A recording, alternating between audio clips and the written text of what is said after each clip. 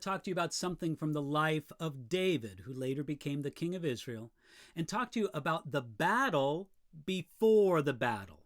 Here we go, 1 Samuel chapter 17, starting at verse 28, where we read this. Now Eliab, his older brother, heard when he spoke to the men.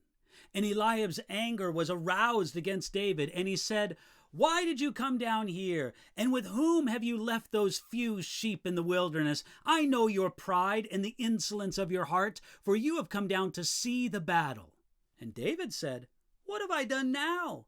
Is there not a cause?"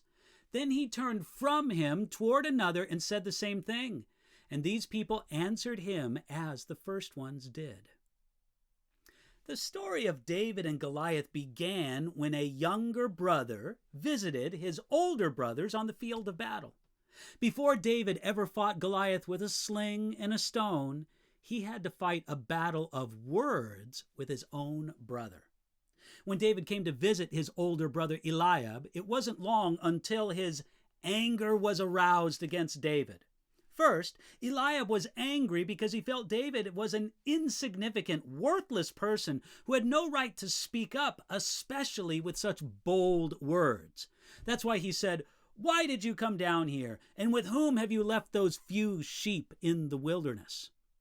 Second, Eliab was angry because he felt that he knew David's motivation. He said, "I know your pride and the insolence of your heart." But Eliab didn't really know David's heart. He probably did what many people do. He judged David's heart by his own heart. Third, Eliab was angry because he thought David tried to provoke someone else into fighting Goliath just so he could see a battle. He said, "You have come down to see the battle." Eliab himself was a tall man of good appearance. You'll find that in 1 Samuel chapter 16, verse 7. And he may have felt that David was trying to push him into the battle. Most of all, Eliab was angry because David was right. When you are dismayed and greatly afraid or dreadfully afraid, the last thing in the world you want is someone to tell you to be courageous. Now, despite it all, young David stuck to his position. He answered, "What have I done now? Is there not a cause?" There's no doubt that what his brother Eliab said hurt David, but he would not let it hinder him.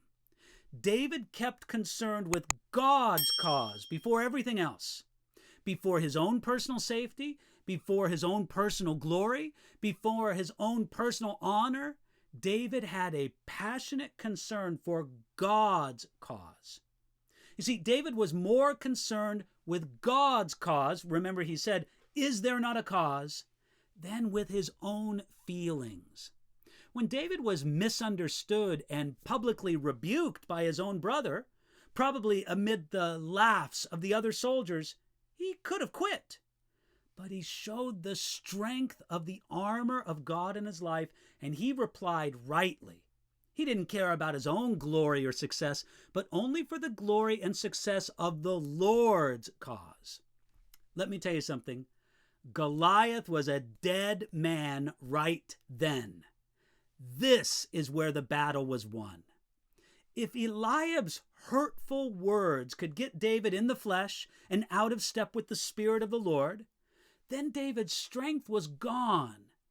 But when David ruled his spirit and answered softly, he was more in step with the Spirit of the Lord than ever before. Goliath was defeated right then. Before David found victory over Goliath, he had to use faith and wise words to win a victory over his own brother.